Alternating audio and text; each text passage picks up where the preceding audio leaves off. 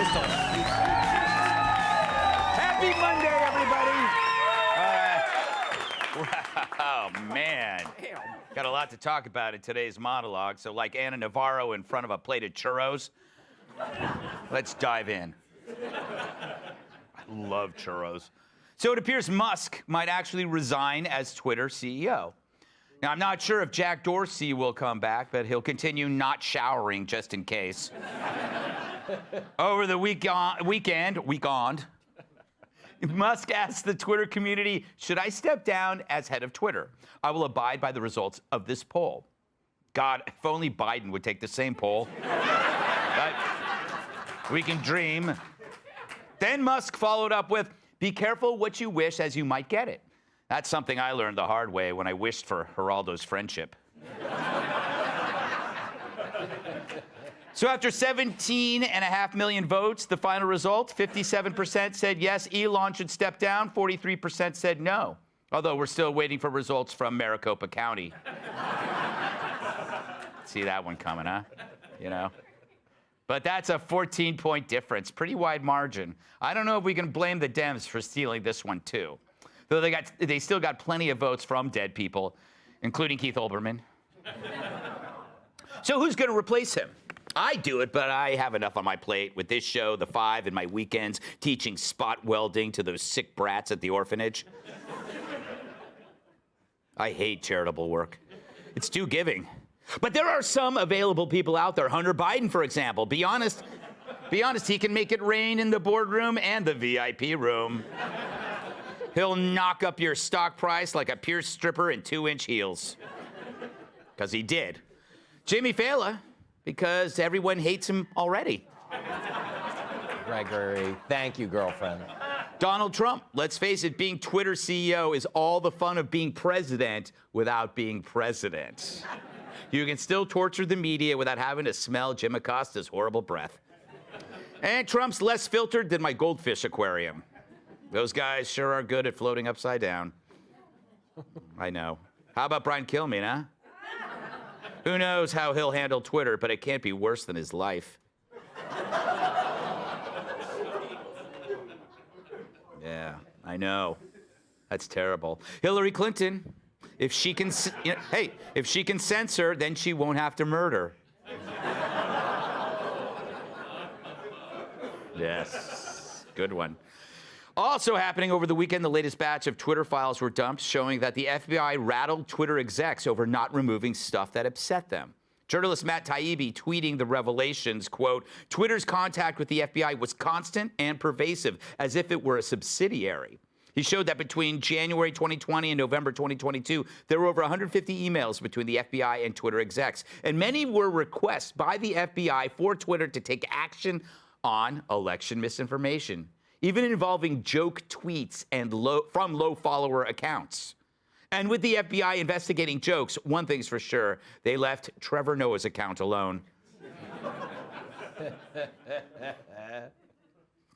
At one point, as many as 80 FBI agents were tasked with patrolling the site, demanding anything they didn't like be flagged or taken down. It's good to see they had extra time on their hands. I guess they got sick of doing pre-dawn raids of Trump and his friends. Now, I wonder if those same agents consider extortion a crime. Because I have a suggestion then. How about the snot-nosed, pimply-faced brat who published Elon's private jet info on Twitter? Here he is on some public access channel back in February talking about what it will take to make him go away. What is your current demand? Relative to Musk, what will it make for you to go away and stop this? Still a Tesla or $50,000. I mean, I'm not going to up it. There's no need to. Awesome. I haven't seen a shakedown that bad since security at the Caesar's Palace buffet had Michael Moore stand on his head to see if any glazed hams would fall out of his pockets. So will the FBI be on that kid's tail? No, they're busy interrogating grannies from January 6th or sending a team to harass Mike Lindell. Fortunately, that guy will sleep through anything. Meanwhile, more files released today suggest the FBI may have preemptively suppressed accurate news reports on the Hunter laptop story even before it got published. minus any real evidence that it was linked to an intel operation. So that's news. But I wonder what the media coverage of that was like.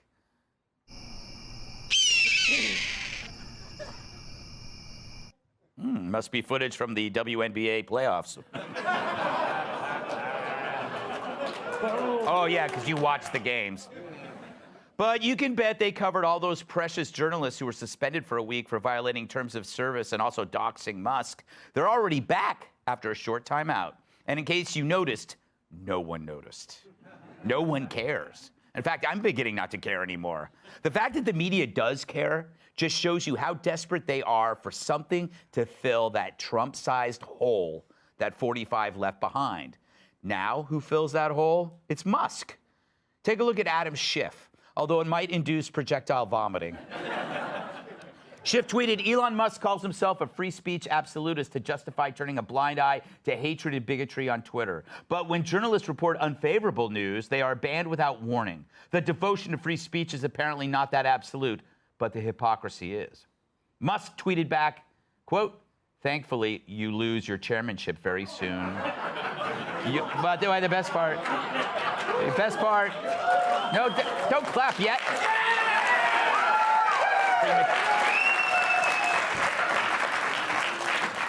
Premature clapulation.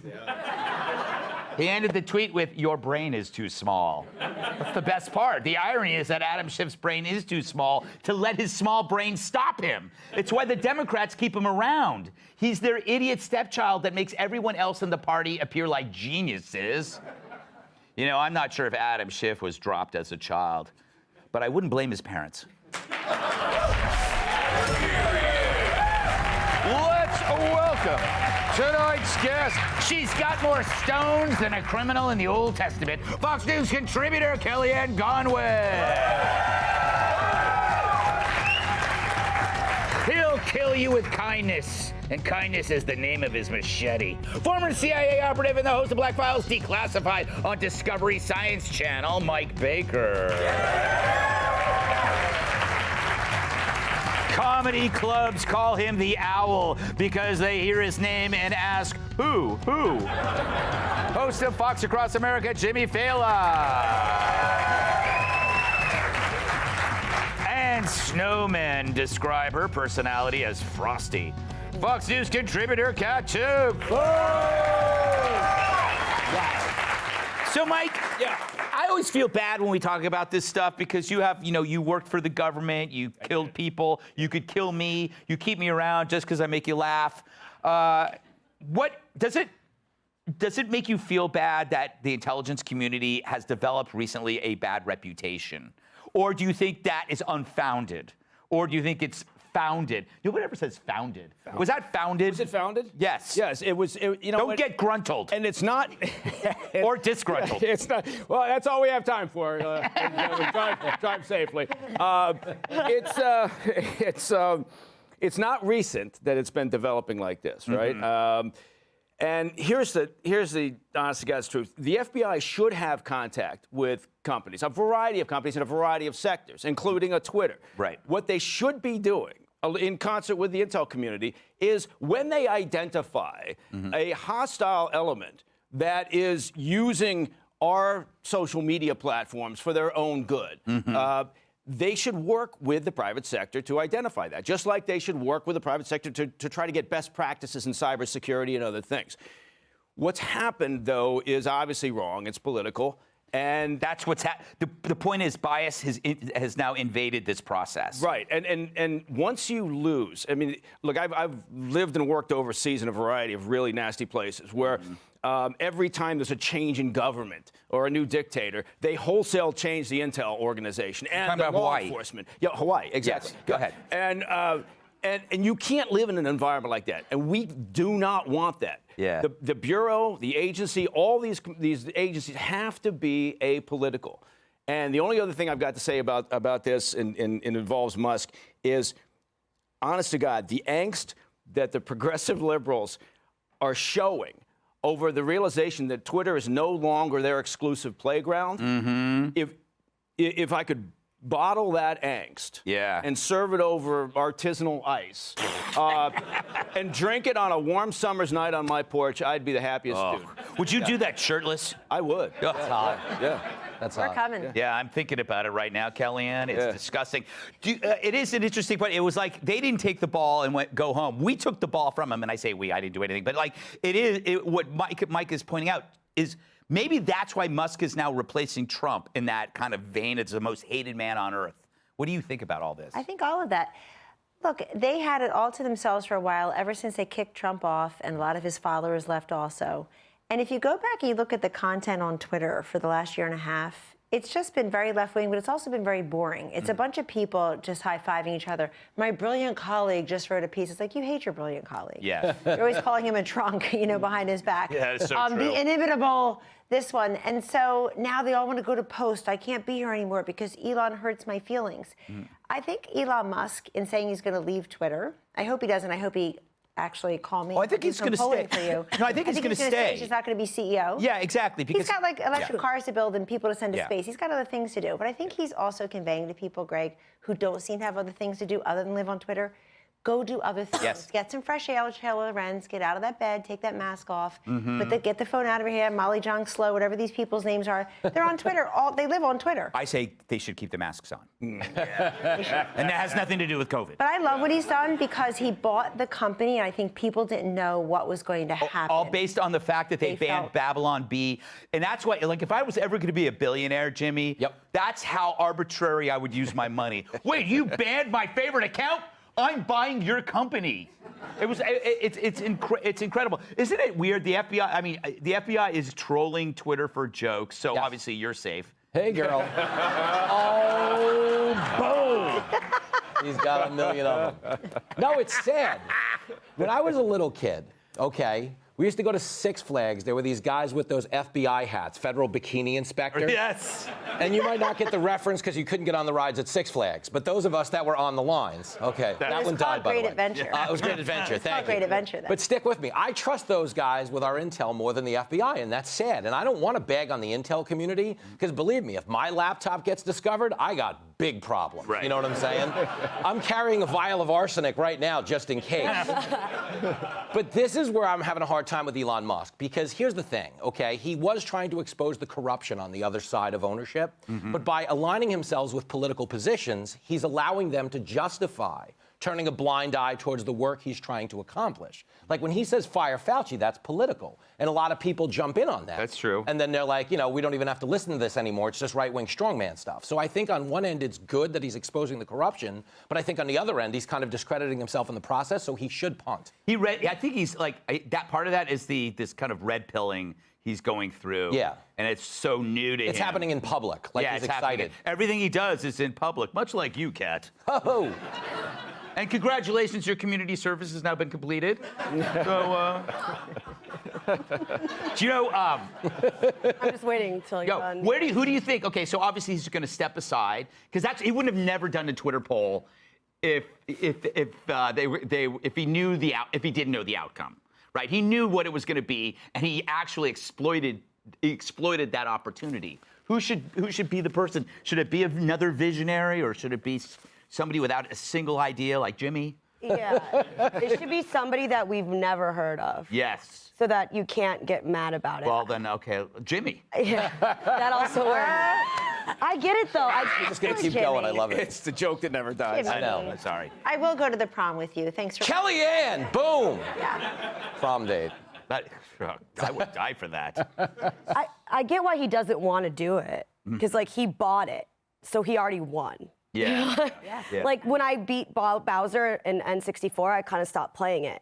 That's why I'd make a great president. I'd be like, vote for me. I really want to win, and then I'll leave you alone. But you want to know what it is? Yeah, but that's what you need. You need somebody because people will try really hard, though. Whoever it is, everyone's going to do a deep dive and be like, this person dressed as Pocahontas when they were in the 6th grade. Yep. They're a racist. They can't do this. No matter who you are, they're going to find a problem. So they have to find the most boring person in the entire world to sort of run things. Well, then you should just turn on Fox and Friends. Boom.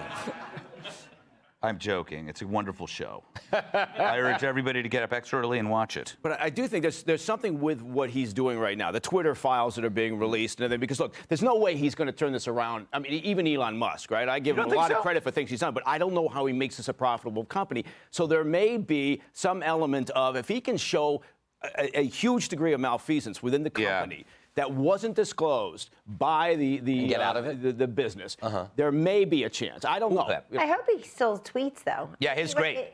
He's a great tweeter. I don't really care that he has a political comment here or there. That makes him exciting. We don't need the David Souter of Twitter. Yeah. I mean, And I like people who have an opinion. Thomas Jefferson said opinion is power, so let's have one. But I don't know if it matters who it is, if it's someone who's anonymous or someone well-known.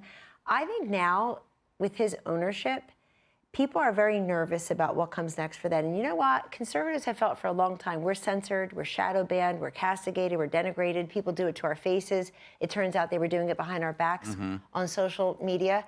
And you know what people are very worried about, Greg? That Elon Musk has access to and will start revealing direct messages between them. Look at Anthony Weiner and others. Yes. I erased ours, don't worry. Thank you. Up next was Shaquille, fueled by greed when he worked for Bankman Fried.